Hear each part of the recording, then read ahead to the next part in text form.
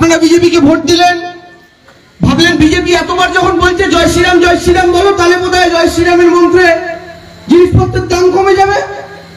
মায়েরা রান্না করছেন, গ্যাসটা ফুরিয়ে গেল, এবার গ্যাসটা অর্ডার দেবেন ফোন করে, ফোন করলেন গ্যাস দিয়ে যাও, গ্যাসের ছেলেটা গ্যাস দিতে এলো, জিজ্ঞেস করলেন সিলিন্ডারের দাম কত, গ্যাসের ছেলেটা বললো কাকিমা 1200 টাকা। আপনি বললেন দেখবি এক্ষুনি কমে যাবে, আপনি গ্যাস সিলিন্ডারটার দিকে তাকিয়ে বলেন জয় শ্রীরাম, বলেন বলো এবার কত দেবো, ও বলছে কাকিমা 1200 দিতে হবে। আপনি বললেন যা বাবা কি হলো, ঠকে গেল, ঠিক আছে। দোকানে গেলেন সর্ষের তেল কিনতে, সর্ষের তেলের দাম কত এখন লিটার, কত দাম, 180, 150 টাকা। বুঝুন কোথায় দাম ছিল 14 সালে, আজকে কোথায়। আপনি দোকানে গেলেন সর্ষের তেল কিনতে, 1 লিটার সর্ষের তেল দাও, সর্ষের তেলটা আপনার সামনে বসালো, আপনি কৌটোটার দিকে তাকিয়ে বললেন জয় শ্রীরাম, 50 টাকা দেবে, এবার হবে, বলে না কাকিমা 150 টাকাই লাগবে, হলো না। আধার কার্ডের সাথে প্যান কার্ড লিঙ্ক করতে হবে, হঠাৎ মোদিজি একদিন বললেন 1000 টাকা করে ফাইন দিতে হবে। আপনারা লাইনে দাঁড়ালেন, আধার কার্ড প্যান কার্ড লিঙ্ক করলেন, মোদিজি কিন্তু আপনারা যে ভোট দিয়েছিলেন তার জন্য আপনার থেকে 1 টাকা কম নিল না, 1000 টাকাই নিয়ে আপনাদের ফাইন করলো। জিনিসপত্রের দাম, ওষুধের দাম, পেট্রোল ডিজেলের দাম, তেলের দাম, গ্যাসের দাম, ডালের দাম, এমনকি দুধের দাম, পাউরুটির দাম সব বাড়িয়ে দিয়েছে, সব। আমাদের মায়েরা যারা সকালবেলা রান্না করে হেসেল সামলানার দাদারা বাজার করতে যান, মোদিজি ক্ষমতায় আসার আগে এক ব্যাগ বাজার 100 টাকায় কতটা মাল ধরতো, আজ কতটা ধরে আপনারা জানেন, আমার বলার দরকার পড়ে না। কিন্তু দেখুন 2019-এ আপনাদের এখান থেকে বিজেপি জিতলো, বিজেপির এমপি হলেন নিশীথ প্রামাণিক, তিনি আবার কেন্দ্রের মন্ত্রী হলেন, আরে এমনি এমনি মন্ত্রী না, অমিত শাহের ডেপুটি। সোনায় মুড়িয়ে দিতে পারতো কোচবিহারটাকে, কিচ্ছু করলো না। শীতলকুচিতে এখানে গুলি চালালো, সাধারণ মানুষগুলোকে মারলো আপনাদের এখানে বিএসএফ। ভোটের দিন একটা লাঠি ছিল না কারোর হাতে, গুলি চালিয়ে মেরে দিল, শুধু সেখানে থেমে থাকেনি। আজকে বিএসএফ আমার কতজন রাজবংশী ভাইকে শুধু হত্যা করেছে আপনারা হিসাব করেন তো, গুলি চালিয়ে চালিয়ে। আমরা প্রতিবাদ করেছিলাম, শোনেনি। বিজেপি একের পর এক এরকম কাজ করে চলেছে।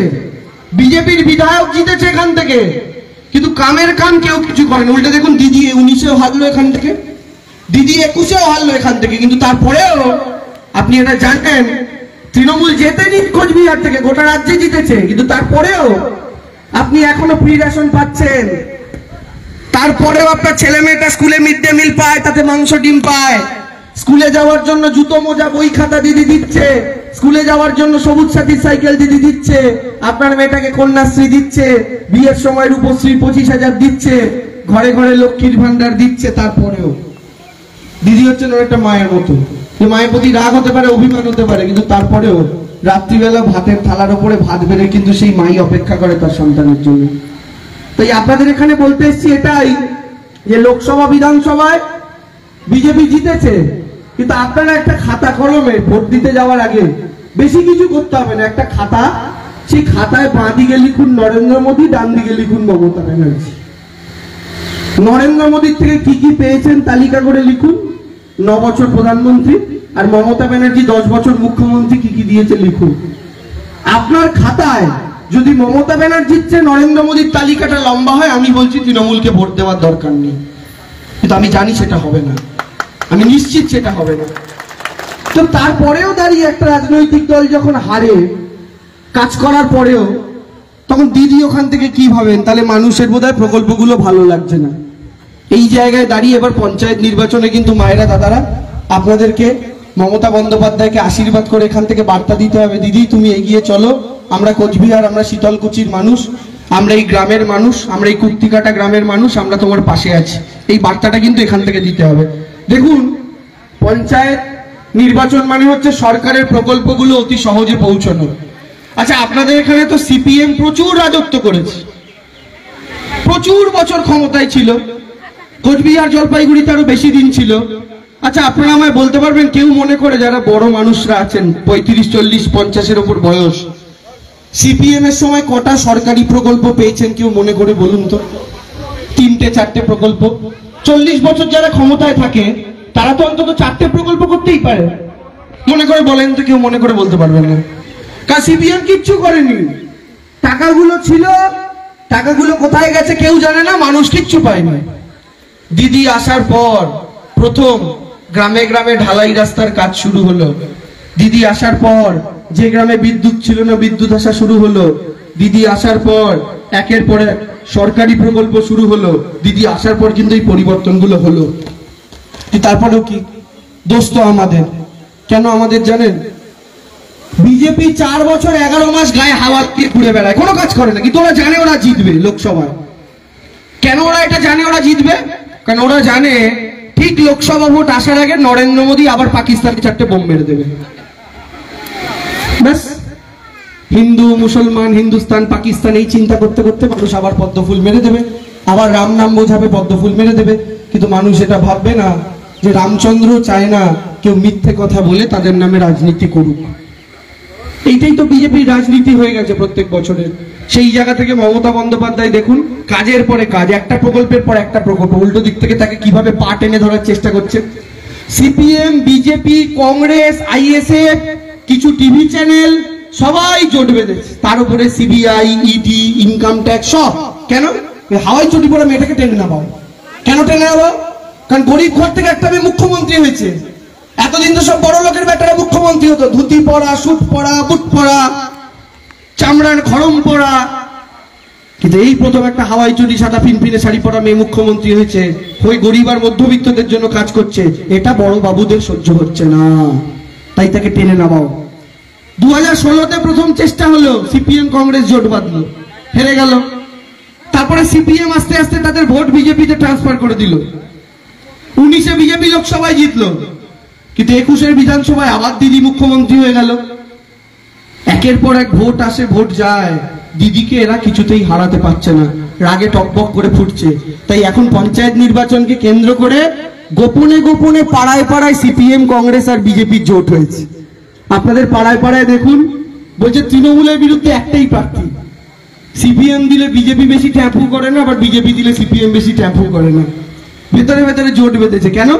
দিদিকে হারাও। দিদিকে হারালে কি হবে? মানুষের প্রকল্পগুলো বন্ধ হবে। ওই টাকা দিয়ে কি হবে? আদানি আম্বানিদের কাজ হবে।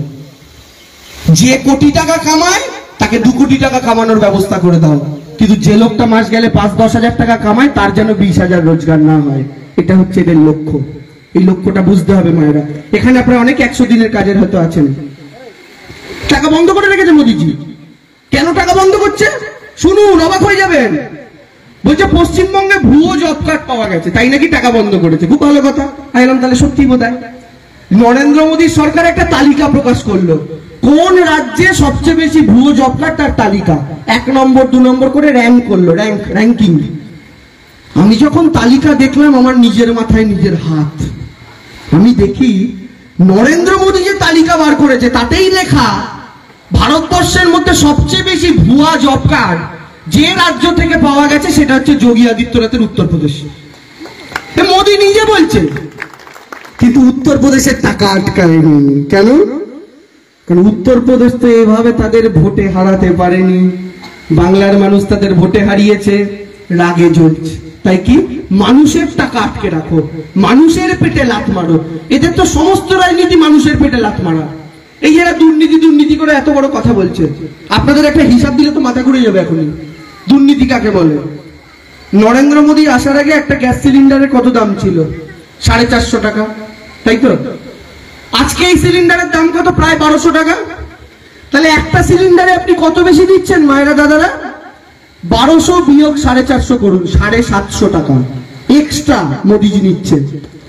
যাদের আপনাদের বছরে 12টা সিলিন্ডার লাগে, মানে মাসে একটা করে সিলিন্ডার লাগে, যদি 750 টাকা মোদিজি এক্সট্রা নেয় এক মাসে, তাহলে 12 মাসে কত টাকা এক্সট্রা নিচ্ছে? 12 গুণ 750। যাদের মোবাইলে ক্যালকুলেটর আছে বার করে করুন, হবে 9000 টাকা এক বছরে। মোদিজি ক বছর ক্ষমতায় আছে? 8 বছর। যদি এক বছরে মোদিজি 9000 টাকা করে এক্সট্রা লুটে থাকে আপনার থেকে, একটা পরিবার থেকে, তাহলে 8 বছরে কত টাকা লুটেছে? 8 বছর গুণ 9000 টাকা, 8 নং 72,000 টাকা। পোস্ট অফিসের নিয়ম হচ্ছে 8 বছর 3 মাসে টাকা রাখলে টাকা ডবল হয়, তাই তো? তো মোদিজি ক্ষমতায় আসার আগে এই 72,000 টাকাটা যদি আপনি পোস্ট অফিসে রেখে দিতেন, এই টাকাটা আজকে 8 বছর পরে আপনার 1.5 লক্ষ টাকা হতো ডবল হয়ে। তার মানে একটা পরিবার থেকে শুধু গ্যাসের নাম করে 1.5 লাখ টাকা লুটে নিয়েছে কে? নরেন্দ্র মোদী। এটাকে দুর্নীতি বলবেন না মায়েরা দাদারা? এটাকে চুরি বলবেন না? এই 1.5 লাখ টাকাটা থাকলে আপনি কি করতে পারতেন শুধু গ্যাসে? কিন্তু আপনি বুঝতে পারেননি এতদিন কেন? কারণ নরেন্দ্র মোদী হচ্ছে একটা মশার মতো, পিঠে বসবে টুক করে রক্ত নিয়ে পালিয়ে যাবে।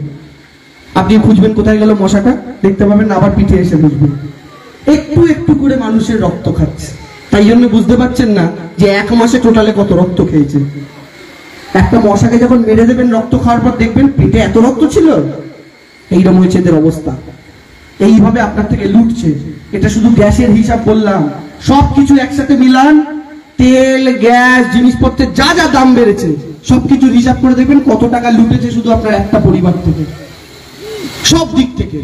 শুধু তাই কেন, আপনারা ব্যাংকে জিরো ব্যালেন্সে অ্যাকাউন্ট খুলেছিলেন না? অনেকে খুলেছিলেন তো, বলেছিল জিরো ব্যালেন্স অ্যাকাউন্ট, নাস্তা নাস্তা গিয়ে তো খুললাম সবাই। তারপরে কি করলেন? কেউ 200 টাকা রাখলেন, কেউ 300 টাকা রাখলেন, 500 টাকা রাখলেন। ওমা, হঠাৎ দেখছেন ব্যাংক আপনার অ্যাকাউন্ট থেকে কখনো 50 টাকা কেটে নিয়েছে, কখনো 60 টাকা কেটে নিয়েছে, কখনো 100 টাকা কেটে নিয়েছে। কেন? বলে মিনিমাম ব্যালেন্স না থাকলে টাকা কেটে নেবো। মানে আপনাকে 5,000 বা 10,000 টাকা রেখেই দিতে হবে। এইভাবে কত টাকা কেটেছে জানেন? শুধুমাত্র গরিবদের 500 টাকা 700 টাকা থেকে 50-60 টাকা করে কেটে কেটে গোটা দেশ জুড়ে 20,000 কোটি আপনাদের অ্যাকাউন্ট থেকে একটু একটু করে নিয়ে নিয়ে। এটা দুর্নীতি নয়? কেন এই টাকাটা কেটেছে? কারণ নরেন্দ্র মোদীর বন্ধু যারা, মেহুল চোকসি, বিজয় মালিয়া, ললিত মোদী, তারা তো মোদীর বন্ধু, সব গুজরাটের লোক। আর নরেন্দ্র মোদীও গুজরাটের, তার গুজরাটের ভাইদের প্রতি প্রেম বেশি। ব্যাংক থেকে টাকা লুটেছে, ওদেরকে বলেছে যা বিদেশে গিয়ে ফুর্তি কর। আমার আপনার ব্যাংক থেকে টাকা লুটে ওরা বিদেশে চলে গেল, ব্যাংক খালি হয়ে গেল, তো আমার আপনার টাকাটা কি করে মেটাবে? তখন ওই আমার আপনার অ্যাকাউন্ট থেকে একটু একটু করে টাকা তুলে তুলে ওই টাকাটা মেকআপ করেছে। এটাকে দুর্নীতি বলে মায়েরা। টিভি চ্যানেলগুলো এসব খবর দেখাবে না, টিভি চ্যানেলগুলো এসব কথা বলবে না। কেন বলবে না? কারণ সব কটাকে নরেন্দ্র মোদী কিনে রেখেছে পয়সা দিয়ে, সব কটাকে। তো এই জায়গা থেকে দাঁড়িয়ে এই বিজেপিকে এবার পঞ্চায়েতে হারান, লোকসভাতেও হারান মায়েরা দাদারা। বিজেপিকে হারানোটা খুব দরকার, কারণ আবার যদি নরেন্দ্র মোদী 24-এ জেতে, কেউ কিন্তু আর দুমুঠো রোজগার করে খেতে পারবেন না। জিনিসপত্রের যা দাম হবে, যে জায়গায় দেশ যাবে সেই জায়গা থেকে আর কিছু করার উপায় থাকবে না। তাই শপথ করুন বিজেপিকে পরাজিত করবেন, এবং শপথ করুন মমতা বন্দ্যোপাধ্যায়ের উন্নয়নের পক্ষে, কাজের পক্ষে ভোট দেবেন। আচ্ছা, বাংলা থেকে একটা মহিলা সে যদি দিল্লির দিকে যায়, তাহলে বাংলার কত কাজ হবে বুঝতে পারছেন? বাংলা আজ অব্দি প্রধানমন্ত্রী পায়নি। ক্রিকেট টিমের ক্যাপ্টেন পেয়েছে সৌরভ গাঙ্গুলি, ফুটবল টিমের ক্যাপ্টেন পেয়েছে। বাংলা থেকে বড় বড় অভিনেতারা গান করে দেশ কাঁপিয়েছে, সিনেমা করে দেশ কাঁপিয়েছে। রাষ্ট্রপতিও বাংলা থেকে পেয়েছি, প্রণব মুখার্জি। কিন্তু প্রধানমন্ত্রী একটাও পাইনি। এইবার 24-এ যদি সেই সুযোগ আসে, বিজেপি বলতো না এতদিন ডবল ইঞ্জিনের সরকার চাই, মানে কি? ওরা বলতো দিল্লিতেও মোদী, রাজ্যেও মোদী। আমরা বলি না, ডবল ইঞ্জিনের সরকার হবে, তবে অন্যভাবে। কি? রাজ্যেও দিদি থাকবে, কেন্দ্রেও দিদি থাকবে, এইভাবে ডবল ইঞ্জিনের সরকার হবে। আর সাধারণ মানুষ সেই পক্ষে এবার আস্তে আস্তে তৈরি হচ্ছে সেই জায়গা থেকে। তাই আপনারা মায়েরা দাদারা সংঘবদ্ধ হন, সবাই মিলে এক জায়গায় দাঁড়ান, জোট বাঁধুন, বেঁধে বিজেপিকে হারান। বিজেপিকে হারানোটা সত্যি সত্যি আমাদের ভবিষ্যৎ প্রজন্মের জন্য ভীষণ প্রয়োজনীয়। আরো কতগুলো অনুষ্ঠান আছে, বক্তব্য দীর্ঘায়িত করব না। আপনারা সবাই সংঘবদ্ধ ভাবে এই কুক্তিকা গ্রাম পঞ্চায়েত থেকে, এই অঞ্চল থেকে, এই গ্রাম থেকে তৃণমূল কংগ্রেসকে জেতান।